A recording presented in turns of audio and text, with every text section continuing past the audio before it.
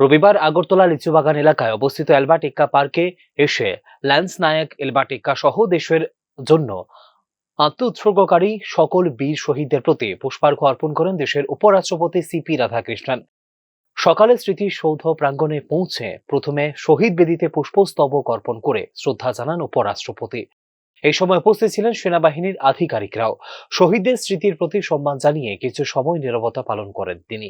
পরে পার্ক প্রাঙ্গণে সংরক্ষিত গেস্ট বুকে নিজের অনুভূতি ও প্রতিক্রিয়া লিপিবদ্ধ করেন উপরাষ্ট্রপতি। সেখানে দেশের জন্য প্রাণ উৎসর্গ করা বীর সেনানীদের সাহসিকতা, আত্মত্যাগ এবং দেশপ্রেমের কথা বিশেষভাবে উল্লেখ করেন তিনি। এরপর উপস্থিত সেনা আধিকারিকদের সঙ্গে সৌহার্দ্যপূর্ণ পরিবেশে মত বিনিময় করেন উপরাষ্ট্রপতি।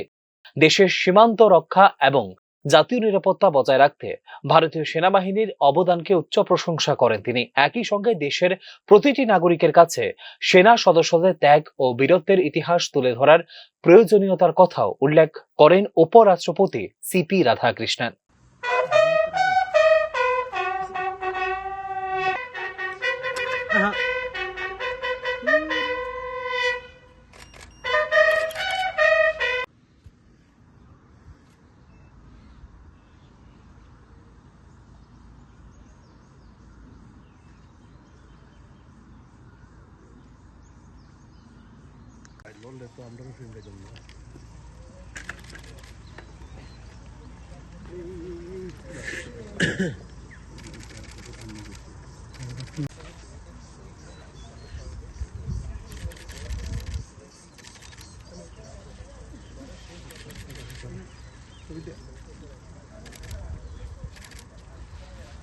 আগরতলা লিচুবাগান এলাকায় অবস্থিত এলবার্ট ইক্কা পার্ক প্রায় 2.8 একর জমির উপর নির্মিত একটি গুরুত্বপূর্ণ যুদ্ধ স্মৃতিসৌধ।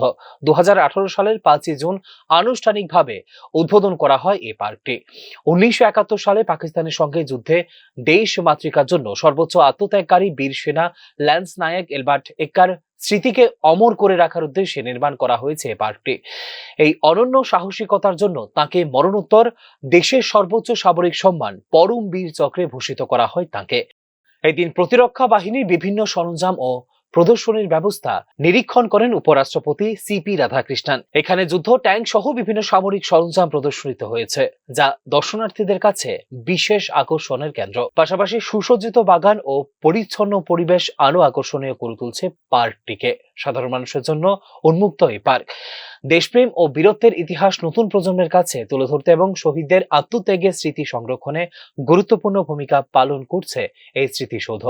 উপরাষ্ট্রপতির এই সফর ও শ্রদ্ধা নিবেদন সেই আত্মত্যাগের ইতিহাসকে স্মরণ করিয়ে দিল নতুন করে। Bureau report, news now.